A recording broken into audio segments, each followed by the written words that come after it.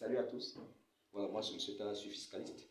J'ai fait ce post aujourd'hui pour sensibiliser les uns les autres quant à la déclaration annuelle des revenus qui fait un peu beaucoup de débats dans la société. Déjà, c'est quoi la déclaration annuelle des revenus? C'est juste un document qui récapitule l'ensemble des revenus que vous, moi, personne physique, avons pu obtenir ou engranger au titre de l'exercice 2023. Parce que lorsqu'une année est finie, on fait la synthèse de ce qu'on a obtenu, ou de ce qu'on a pu avoir comme revenu, on déclare. Et pour les revenus dont l'impôt n'a pas été payé déjà en cours d'année, on essaie de faire valoir ces impôts pour les payer. Et pour ceux que les impôts ont été à payer, on essaie de faire valoir ces revenus-là et on montre à une interface prévue dans la plateforme n'est-ce pas, de délégation du revenu des particuliers que ça a été payé et pour qu'à la fin on ne paye plus rien. Du coup, au cas des salaires, quand vous êtes salarié, l'employeur prélève tous les impôts à la source. Donc, il vous convient tout simplement pour vous de déclarer dans la rubrique concernée en ligne l'ensemble des revenus que vous avez perçus sur 12 mois. C'est-à-dire, vous prenez votre bulletin de paie, vous sommez de janvier à décembre ce que vous avez eu comme salaire brut. Du coup, lorsqu'un bulletin de paie est bien établi, est conforme, il y a le total du brut. Vous faites voir vous sommez comme le salaire diffère de mois en mois parce qu'il y a des primes, il y a des indemnités qui ne sont pas les mêmes montants chaque mois. Vous sommez donc chaque mois, pour chaque mois de janvier à décembre, vous mettez à l'interface du brut. Maintenant, vous prenez aussi le même bulletin de paie, vous sommez les retenues qui sont à votre charge, c'est-à-dire retenues par salarié, vous sommez. Le bulletin de paie a ça demande déjà détaillé. Vous n'êtes pas obligé d'être fiscaliste ou d'être gestionnaire des sous-domaines pour comprendre, pour défaire la déclaration de votre revenu. C'est une logique et un petit principe qu'il faut respecter. Vous soumettez tous ces revenus, vous mettez aussi, vous montrez que j'ai eu à travailler pour 30 millions cette année, au titre de mon salaire et accessoires. Les impôts qui ont été prélevés étaient de 5 millions et maintenant j'ai perçu 25 millions. Sur cette base, on sait que vous avez 25 millions et tout, il y a eu vos charges de ménage et tout ce qui va avec. Et peut-être en cours d'année, vous avez fait des placements des tontines ou bien à la banque. Et aussi, en cours d'année, peut-être vous avez acheté un terrain avec toujours une partie de votre revenu. Maintenant, la question qui se pose est que est-ce que les biens que j'achète avec mon salaire ou avec l'épargne que j'ai pu faire avec une partie de mon salaire, est-ce que ces biens que j'achète doivent encore être soumis à d'autres impôts? Oui. Si j'achète mon terrain, la loi me demande, au sens du code des impôts, de payer la taxe foncière dont le taux est de 0,1% de la valeur de ce terrain chaque année. Parce que le terrain est rentré dans le cadre des biens immobiliers. Maintenant, d'autres disent, est-ce que si j'ai construit ma maison avec mon argent que j'ai travaillé, est-ce que je dois payer un impôt dessus? Oui. Vous devez payer également la taxe foncière. Parce que la taxe foncière est assise dans ce cas, sera assise dans ce cas sur la valeur du terrain et la valeur du bâtiment que vous avez construit. Et quand on dit bâtiment, ce n'est pas tout l'immeuble. Même lorsque vous construisez, n'est-ce pas, sur un petit local, on appelle ça bâtiment, en fait. Ou immeuble. Donc c'est ça. Le fait qu'acheter un terrain, je dois payer la taxe foncière chaque année. Si je construis dessus, ça va augmenter le montant, n'est-ce pas, ou la base de calcul de la taxe foncière. Et chaque année, je dois calculer et payer. Au plus tard 30 jours, je dois faire ma déclaration annuelle de revenus. Si j'ai placé une partie de mon salaire en banque sous forme d'épargne, d'un compte d'épargne par exemple, lorsqu'on va me payer les intérêts, je dois déclarer ces intérêts. Je dois même déclarer le montant que j'ai placé à la banque pour qu'on sache. Maintenant, comme la loi demande à la banque de prélever les intérêts, de prélever les impôts en payant ce qu'on appelle l'impôt sur le revenu des capitaux mobiliers, l'IRCM, dont le taux est de 16,5% du montant des intérêts bruts, lorsque ces intérêts sont soumis, n'est-ce pas, sont assujettis à cet impôt, je dois quand même déclarer le montant que j'ai placé sur l'année, l'intérêt que ça m'a rapporté avant impôt et l'impôt que j'ai dû payer par retour à la source. Mais les textes disent que lorsqu'on déclare les revenus, il faut aussi avoir les justifs. Parce que viendra un moment où on va appeler chacun aux impôts de venir justifier les impôts qu'il a dû payer. Donc le but n'est pas de déclarer. Le système fiscal comme est déclaratif. Mais lorsqu'on déclare, on s'attend à ce que les impôts soient demandés. Donc c'est de ça qu'il est question. Donc si la banque m'a retenu à la source, si mon employeur a retenu les impôts sur mon salaire, il faut que ce dernier me produise une attestation de retenue à la source, qui ne sera plus dorénavant juste un formulaire qu'on saisit sur ce papier en tête, un signe, mais qui sera beaucoup plus, n'est-ce pas, tiré dans le système informatique de la DGI.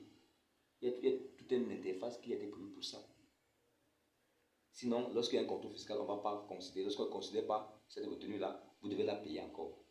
Vous voyez, il faut faire attention. Donc, lorsqu'on vous retient même les impôts sur le salaire, exigez de vos employeurs les attestations de retenue à la source.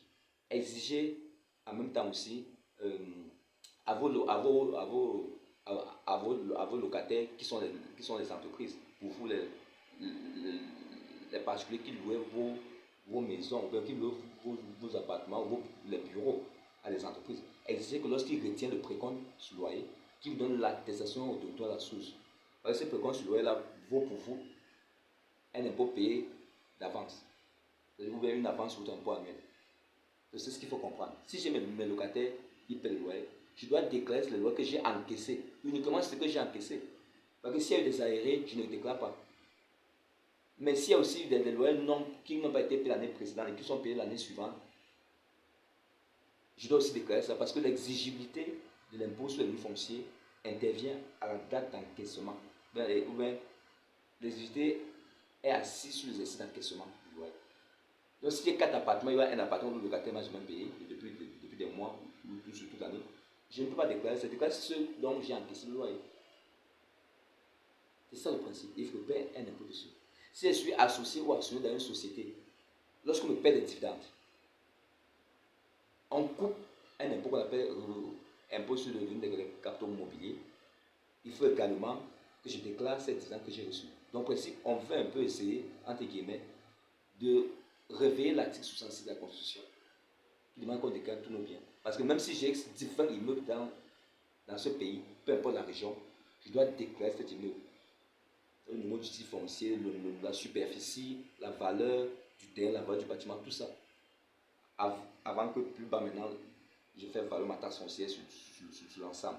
Mais ça fasse qu'on puisse connaître quels sont vos biens. Et pourquoi est-ce qu'il faut à tout prix qu'on le fasse? Parce qu'à un moment donné, tout le monde sera obligé, lors de certaines procédures administratives, de montrer, de déposer dans les dossiers leur déclaration annuelle de revenus et les quittances de paiement des soldes. N'oubliez pas ça. Bientôt pour voyager, il faudra faire ça. Et maintenant, si vous êtes dans une entreprise individuelle, c'est-à-dire vous avez créé votre établissement, vous devez déposer la DSF commerciale pour votre établissement. Sur le système de paiement et trésorerie, par exemple, le système normal sont le cas. Et maintenant, vous devez aussi venir maintenant déposer votre propre déclaration personnelle ou en tant que personne physique. Parce que l'argent que vous tirez de votre entreprise, votre établissement, vous l'utilisez aussi pour faire des placements à la banque, des placements dans les tontines, vous l'utilisez aussi pour investir ailleurs, pour acheter des terrains, pour construire des apparts, que vous louez encore, ça vous fait avoir entrer d'autres revenus. Donc ce que je veux que vous reteniez, c'est que ne prenez pas ça à la légère. Parce que bientôt même, dans beaucoup de procédures, dans les procédures de paiement de la commande publique, on va vous demander vous aussi de donner votre déclaration annuelle de revenus avec la quittance de paiement des soldes. Pour voyager, ce sera compliqué. Et bientôt même, les banques vont demander à ce que, lorsque vous voulez un crédit, en tant que personne physique, que salarié, ils vont plus trop vous demander comme auparavant, apporter 2-3 bulletins de paie, des 3 derniers mois pour le contrat de travail. Ils peuvent demander ça, mais ils vont mettre l'accent sur la déclaration annuelle de revenus. Parce qu'avec cette déclaration, ils savent que vous êtes comme ça salarié, vous avez des appartements, vous avez des terrains, ils vont voir ça là-bas. Parce qu'ils savent que ce qu'on déclare aux impôts, pour la plupart du temps,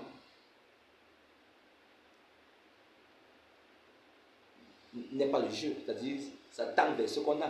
Vous ne pas dire que c'est exactement ce qu'on a. Vous voyez un peu, c'est ça. Donc, en principe, sensibiliser les uns les autres. La date initiale, le délai initial de dépôt de cette déclaration était le 30 juin. Mais on a reporté, cette date-là, au 1er septembre. Donc, il y a encore 2 mois pour que tout le monde puisse comprendre de quoi il est question. Donc, si je n'ai que mon terrain, je déclare, je paie ma taxe foncière, je tire mon accuse d'exception et mon accuse d'imposition, je paie, je prends ma quittance, je me couche, je dors. C'est terminé. Et même pour payer cela, pour ceux qui ont des petits montants de taxes foncières, 5 000, 4 000, vous pouvez payer par Orange Money. En ligne, ça va valider, vous tirez la quittance pour garder, c'est terminé. Évitons d'entrer dans les sanctions. Les sanctions par rapport à cela, et on est 30% à 100%. Lorsque vous venez déclarer en retard, évitez d'être bloqué lors d'une procédure administrative à cause des seules déclarations de revenus. C'est là-bas qu'on vous attend. On attend tous les citoyens lors n'est-ce pas, de certaines procédures administratives. On va leur demander ça à tout prix. Donc, ne pas déclarer en disant qu'on va me faire quoi, je m'en fous et tout. Ce n'est pas un souci, mais ils savent là où ils vont attraper les gens. N'oubliez pas ceci. Donc, faites l'effort de le faire. Il y a des sénètes que mon cabinet organise à Yaoundé et à Douala. Yaoundé Alliance et aussi à Douala, parfois pour sensibiliser les uns les autres par rapport à ça. Et le sénat ne coûte que 10 000 inscriptions sur 2 000. Donc, même vous, les chefs d'entreprise, on peut venir chez vous en faire un séminaire pour sensibiliser vos employés par rapport à ça. C'est tout le monde qui doit le faire, même les ministres, tout le monde. On ne choisit pas. Parce que de par la constitution du Cameroun, tout citoyen doit payer l'impôt à mesure, n'est-ce pas, de son revenu. On ne peut pas payer le même montant parce qu'on n'a pas le même revenu. Je peux avoir des revenus locatifs, mais j'ai 5 bâtiments, 10 appartements, et vous n'avez que des 4 studios. On ne paiera pas le même montant d'impôt. Donc, plus la base d'imposition est élevée, plus l'impôt est élevé. Vous voyez? On ne peut pas ça à la légère. Merci.